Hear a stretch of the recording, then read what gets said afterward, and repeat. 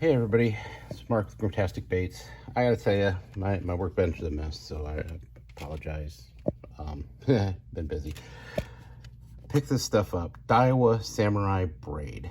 Got it from Tackle Warehouse. Him and hawed this stuff for about a year because of the price. I paid somewhere between $35 or $40 for 150 yards of 20 pound. But if you look at the dimensions, it's the same as 4-pound diameter mono, 0.009 inches, and it's a 20-pound line. I was worried since it was 8 braids, so it's going to have memory or something like that. This stuff is amazing. I don't even have it spooled on yet, but it's so thick. This is, I can't even begin to describe how thin this is.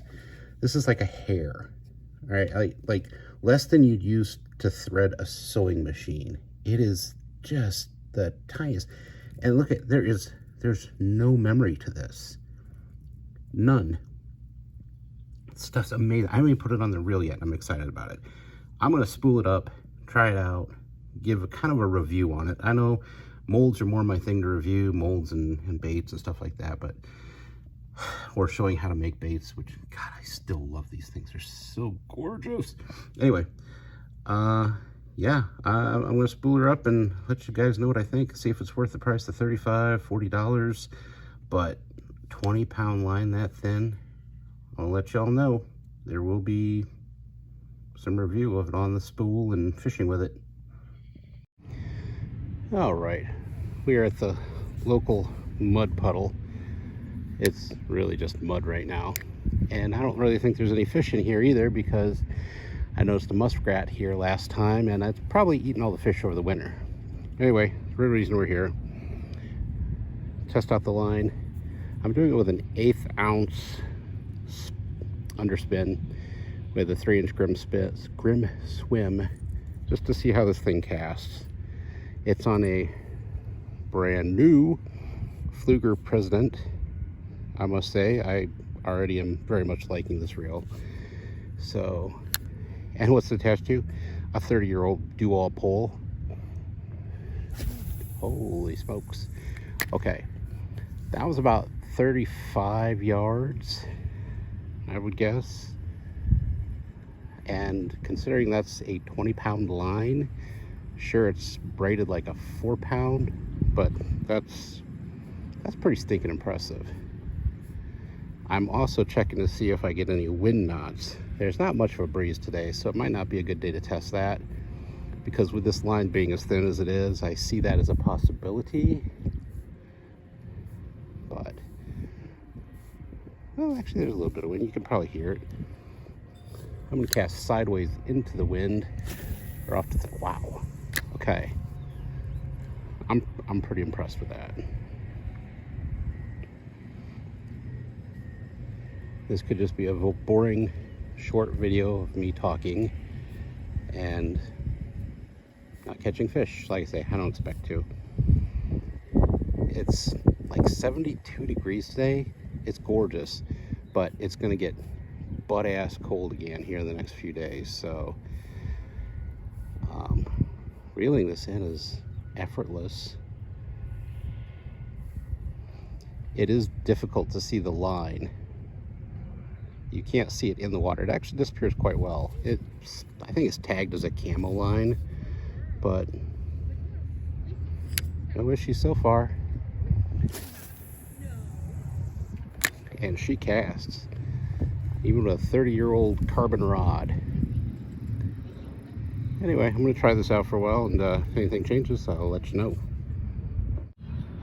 Casting into the wind, 1/2 ounce chatter, which I never catch anything on. And still no wind knot, which is impressive, because it actually, the wind has picked up quite a bit.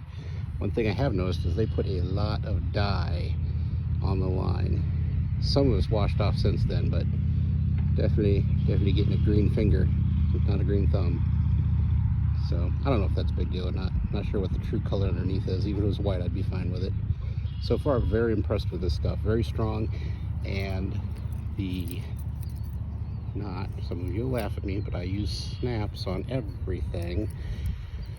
but knot has held up really, really well. It's very strong. I have no doubts that that'll hold. There's no slipping on it or anything. So far, I'd give this stuff an A. Alright, done fishing, didn't catch anything, but you know, one thing I didn't think of testing, is if we can actually get this thing to break at 20 pounds. It's supposed to be 20 pounds, so I just have a little bit tied on here. I'm going to use this as a way to not slice my fingers open. And I'm going to pull and see at what point it breaks. So here we go.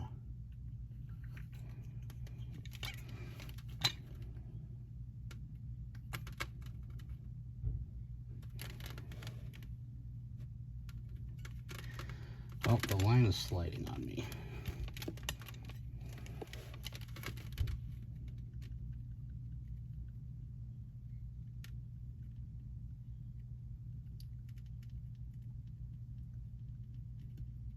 Wow.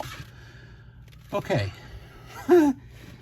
Well, that got quite a ways up there. I'm going to have to go back and see if I can get a shot of where we actually broke off at, but we were getting up there.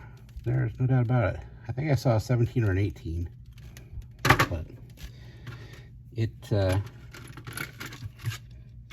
very definitely snapped. Not very scientific test, I know, but still pretty impressive.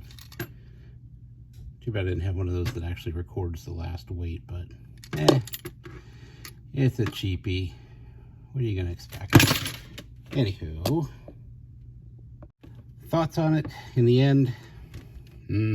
I think it's worth it. That 20 pounds, 150 yards, that thin a diameter. Now I'm gonna still fish the living crap out. I mean, the season's just begun, but so far, I think it is very much worth the money.